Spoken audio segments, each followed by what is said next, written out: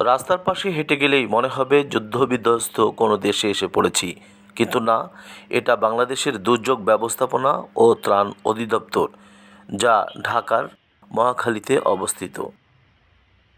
5 August ছাত্র জনতার বিপ্লবে যে কয়েকটি স্থানে অগ্নিকাণ্ডের ঘটনা ঘটে, তার মধ্যে দুর্যোগ ব্যবস্থাপনা ও ত্রাণ অধিদপ্তর অন্যতম। আজও রাস্তার পাশে ওয়াকওয়েতে পড়ে আছে বেশ কিছু নামিদামি গাড়ি। কঙ্কালসার এসব গাড়ি দেখলে যে কেউ চমকে উঠবে। দুর্যোগ ব্যবস্থাপনা ও ত্রাণ অধিদপ্তরের সামনে গেলেই মনে করিয়ে দেয় 5 আগস্টের ভয়াবহতা। এ কেমন বর্বরতায় আমরা?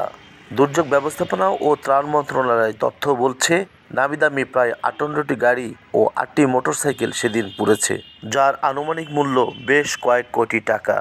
কে বা কাহারা এই রাষ্ট্রীয় সম্পদ নষ্ট করেছে তা এখনও কেউ দায় স্বীকার করেনি। প্রতিনিয়ত কাজে ব্যস্ত ঢাকা শহরের হাজার হাজার মানুষ এই রাস্তায় যাওয়ার সময় একবার হলেও এই কঙ্কালসার গাড়িগুলো দেখতে দাঁড়িয়ে পড়েন। প্রতিটি গাড়ির গ্লাস, হেডলাইট, ব্যাকলাইট, স্টিয়ারিং, বসার সিট, ড্যাশবোর্ড থেকে শুরু করে কোনো জিনিসেরই অস্তিত্ব খুঁজে পাওয়া যাচ্ছে না। আর যতটুকু ছিল তাও দিনের পর দিন রাস্তার পাশে এভাবে পড়ে থেকে চুরি হয়ে গেছে বলে জানিয়েছেন দুর্যোগ ব্যবস্থাপনা ও ত্রাণ অধিদপ্তরের স্টাফরা।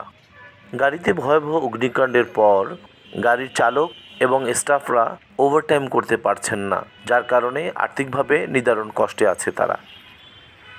ভয়াবহ অগ্নিকাণ্ডে শুধু গাড়ি পুড়েনি, পুড়েছে দুর্যোগ ব্যবস্থাপনা ও ত্রাণ অধিদপ্তরের বিল্ডিংয়ের নিচের অংশ। বেসমেন্ট থেকে সিঁড়িঘর পর্যন্ত একতলায় অগ্নিকাণ্ডে ব্যাপক ক্ষতি হয়েছে। অগ্নিকাণ্ডে শুধু বাইরে দাঁড়িয়ে থাকা গাড়িগুলোই ক্ষতিগ্রস্ত হয়নি, ক্ষতিগ্রস্ত হয়েছে বেসমেন্ট থেকে শুরু করে বিল্ডিংয়ের ভেতরে রাখা দামি দামি গাড়িগুলো।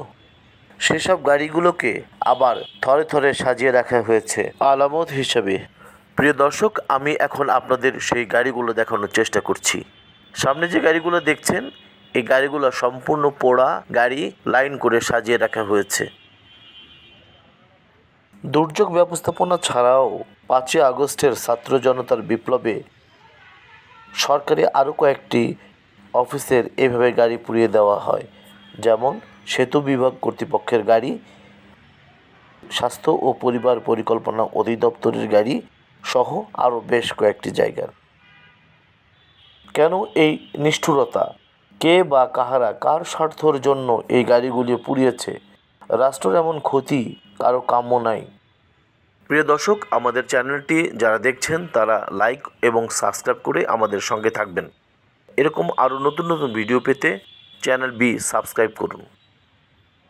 বেসমেন্টে থাকা এবং উপরে থাকা অসংখ্য গাড়ির মধ্যে পুড়েছে দুর্যোগ ব্যবস্থাপনা ও ত্রাণ অধিদপ্তরের নিচতলার সমস্ত টাইলস থেকে শুরু করে অবকাঠামো পুড়ে একদম কয়লা হয়ে গেছে।